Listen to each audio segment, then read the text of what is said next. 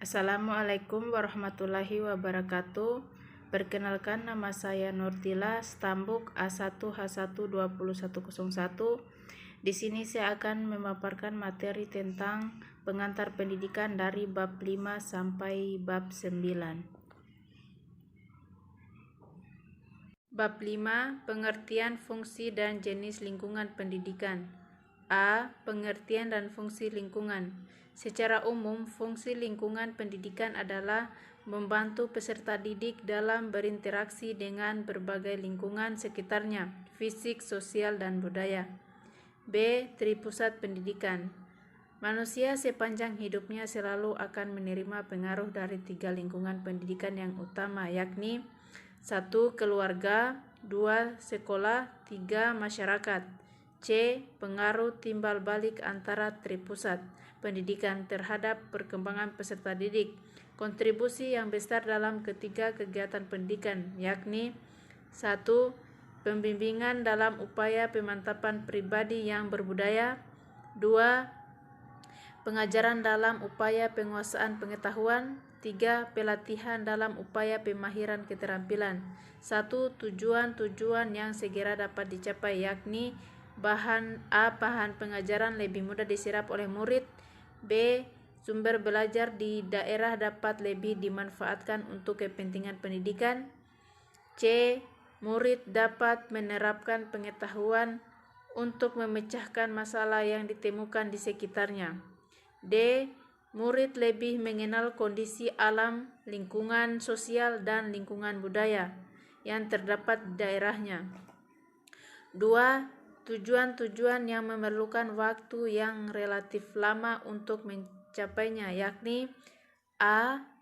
Murid dapat meningkatkan pengetahuan mengenai daerahnya.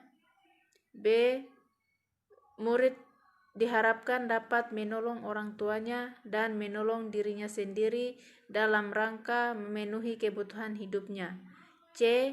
Murid menjadi akrab dengan lingkungannya dan terhindar dari keterasingan terhadap lingkungannya sendiri.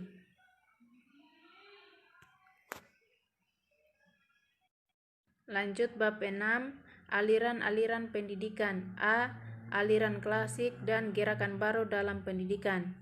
1. Aliran klasik dalam pendidikan dan pengaruhnya terhadap pemikiran pendidikan di Indonesia.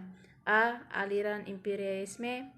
B. Aliran nativisme. C. Aliran naturalisme. D. Aliran konvergensi.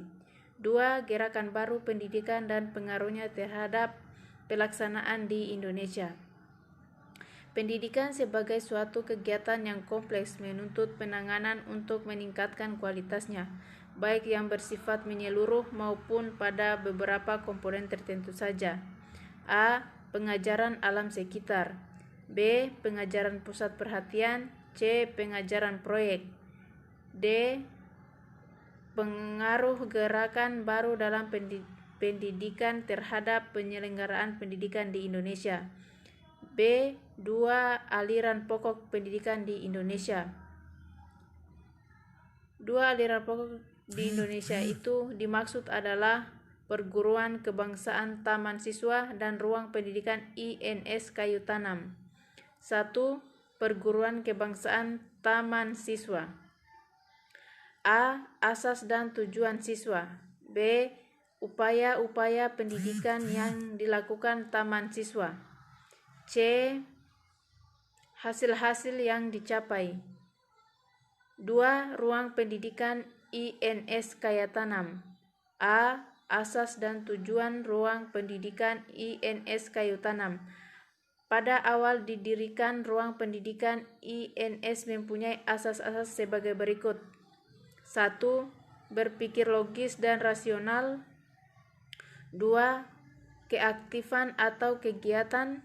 3. Pendidikan masyarakat. 4. Memperhatikan pembawaan anak menentang intelektualisme. B. Usaha-usaha ruang pendidikan INS Tanam. Lanjut bab 7, permasalahan pendidikan. A. Permasalahan pokok pendidikan dan penanggulangannya. Dua masalah pokok yang dihadapi oleh dunia pendidikan di tanah air kita dewasa ini, yaitu A. Bagaimana semua warga negara dapat menikmati kesempatan pendidikan. B. Bagaimana pendidikan dapat membekali peserta didik dengan keterampilan kerja yang mantap untuk dapat terjun ke dalam kancah kehidupan bermasyarakat. B. Jenis permasalahan pokok pendidikan. 1. Masalah pemerataan pendidikan. 2. Masalah mutu pendidikan. 3. Masalah efisiensi pendidikan. 4. Masalah relevansi pendidikan. 1. Masalah pemerataan pendidikan. 2. Masalah mutu pendidikan. Mutu pendidikan dipermasalahkan jika hasil pendidikan belum mencapai taraf seperti yang diharapkan. 3. Masalah efisiensi pendidikan. Beberapa masalah efisiensi pendidikan yang penting ialah 1. Bagaimana tenaga kependidikan difungsikan. 2. Bagaimana prasarana dan sarana pendidikan digunakan. 3. Bagaimana pendidikan diselenggarakan. 4. Masalah efisiensi dalam memfungsikan tenaga. 4. Masalah relevansi pendidikan. D. Faktor-faktor yang mempengaruhi berkembangnya masalah pendidikan. 1. Perkembangan iptek dan seni. 2. Masalah kependudukan dan kependidikan. 3. Aspirasi masyarakat. 4. Keterbelakangan budaya dan sarana kehidupan.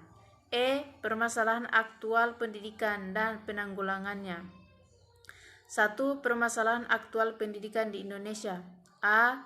Masalah keutuhan pencapaian sasaran. B. Masalah kurikulum. C. Masalah peranan guru. D. Masalah pendidikan dasar 9 tahun. 2. Upaya penanggulangan. Lanjut bab 8 Sistem Pendidikan Nasional. A. Kelembagaan program dan pengelolaan pendidikan. 1. Kelembagaan pendidikan. A. Alur pendidikan. 1. Jalur pendidikan sekolah. 2. Jalur pendidikan luar sekolah. B. Jenjang pendidikan. 1.